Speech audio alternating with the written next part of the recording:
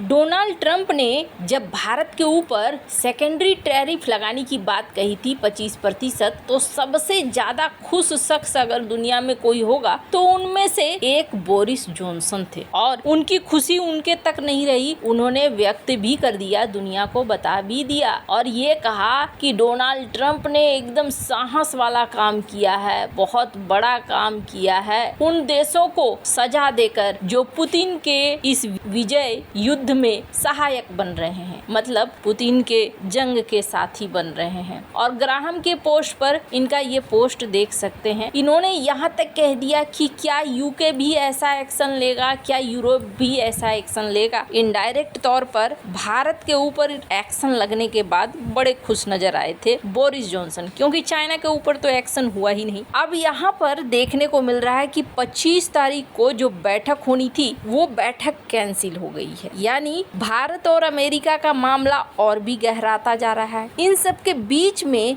BRICS को लेकर भारत ने क्या ऐलान किया है और डी डॉलराइजेशन को लेकर क्या ऐलान किया है, जानेंगे जियोपॉलिटिक्स में क्या कुछ चल रहा है। हमेशा की तरह वर्ल्ड मिरर के इस एपिसोड में जानने को मिलेगा बहुत कुछ, इसलिए वीडियो को अंत तक जरूर देखें। जो शख्स भारत के ऊपर टैरिफ लगने के बाद, सेकेंडरी टैरिफ लगने के बाद इतना खुश नजर आ रहा था, वो शख्स डोनाल्ड ट्रंप और राष्ट्रपति पुतिन के मीटिंग के बाद बड़ा दुखी नजर आया। स्क्रीन पर इस ट्वीट को देख सकते हैं। बोरिस जॉनसन ने एक लंबा चौड़ा आर्टिकल भी लिखा है और इसमें बड़े ही गंदे शब्दों का इस्तेमाल करते हुए इन्होंने कहा है कि सबसे घृणित मीटिंग अगर कोई रहा ना तो यही मीटिंग रहा। अभी अचानक से डोनाल्ड ट्रंप साहसी थे और साहसी से अभी ये क्या होने लगा। इन्होंने यहाँ तक कह दिया कि ये डोनाल्ड ट्रंप के लिए ना एक लेसन है, उनको सबक सिखा दिया गया। इस तरह के वर्ड इन्होंने लिखने शुरू कर दिए।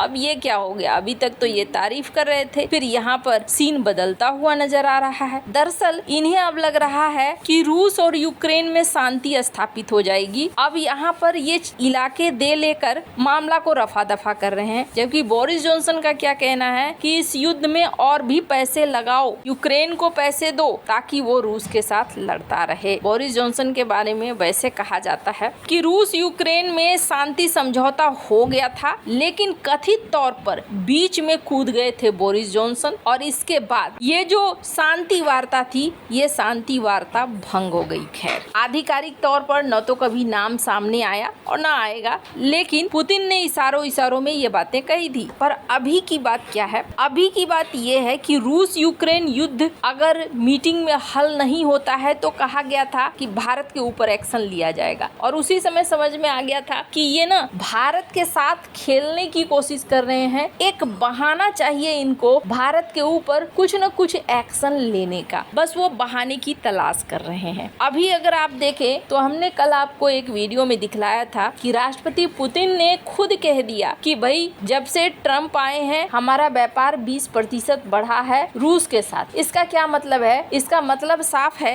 कि खुद अमेरिका व्यापार कर रहा है, भारत के ऊपर टैरिफ की बात हो रही है। हालांकि अब 25% टैरिफ जो सेकेंडरी लगाया गया है वो रहेगा कि नहीं रहेगा, इसको लेकर बहुत ज्यादा खुलासा नहीं हुआ है, लेकिन हाँ ऐसा अंदाजा लगाया जा रहा है कि शायद ये टैरिफ अमेरिका हटा ले। पर उससे पहले अमेरिका के एक रूप ने थोड़ा हलचल मचाया है। 25 अगस्त को एक मीटिंग होनी थी, प्रतिनिधि मंडल यहाँ पहुँचने वाला था, व्यापारिक प्रतिनिधि मंडल, और दोनों के बीच में मामला तय होने वाला था, लेकिन वो मीटिंग कैंसिल कर दी गई है। अब कैंसिल करने के बाद दुनिया भर में बहुत सारे ऐसे विशेषज्ञ हैं जो इस उलझन में पड़ गए हैं कि आखिरकार हो क्या रहा है। वहीं ब्रिक्स को लेकर भी भारत ने एक ऐलान किया है, पर थोड़ा सा इसे समझते हैं हो क्या रहा है। ये ब्लैक एंड व्हाइट तस्वीर देख रहे हैं, ये उस जमाने की तस्वीर है 17वीं 18वीं शताब्दी की, जब भारत में ना अपना खुद का उद्योग बहुत अच्छा चल रहा था। भारत में टेक्सटाइल बनते थे, कपड़े बनते थे, भारत के कपड़े बड़े प्रसिद्ध भी थे। 18वीं सदी से पहले विश्व में भारत के कपड़े प्रसिद्ध थे।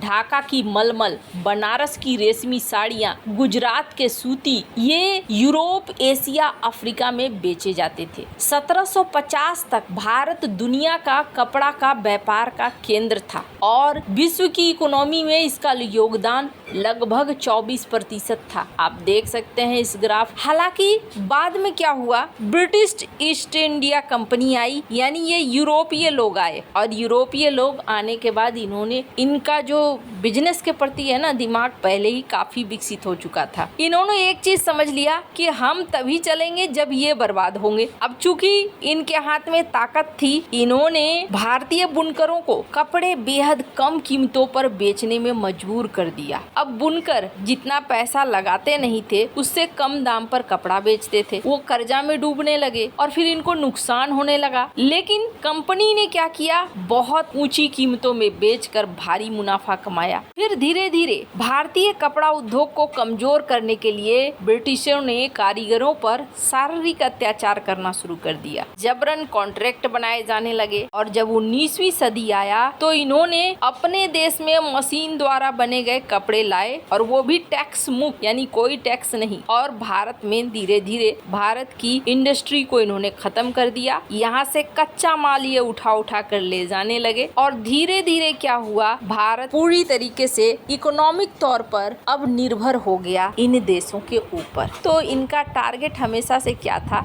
ऐसा बनाकर रखो जो ज्यादा ताकतवर न रहे। ताकतवर रहेगा तो सवाल करेगा, ताकतवर रहेगा तो मेरी बात नहीं मानेगा। अभी की जो दुनिया है ना, वो कुछ वैसी ही चल रही है। इस मुलाकात के नहीं होने का मतलब है फिलहाल के लिए दोनों देशों के बीच में जो व्यापारिक वार्ता है वो रुक गई है। स्क्रीन पर एक ट्वीट देख रहे हैं, कुगलमैन का ये ट्वीट है। ये भी कह रहे हैं कि इस तरीके से जो चल रहा है, ये ऐसा लगता है कि प्राइवेट नंबर को बढ़ाया जा रहा है, अपने गोल सिद्ध किए जा रहे हैं, देश के हितों को नजरअंदाज किया जा रहा है। अब ये डोनाल्ड ट्रंप को समझाने की कोशिश कर रहे हैं, जो भी है। पर फिलहाल के लिए क्या है, ऐसा लगता है जैसे कि अमेरिका और पश्चिमी दुनिया एक तीसरी शक्ति नहीं चाहता है, एक ऐसी तीसरी शक्ति जो उससे कल को सवाल करे। अब यहाँ पर ब्रिक्स को लेकर भी एक बड़ी बात कही गई। ब्रिक्स को लेकर कुछ दिन पहले ये खबर आ रही थी कि भारत ने 100% छूट दे दी है कि हाँ भाई हम अपनी करेंसी में व्यापार करेंगे। लेकिन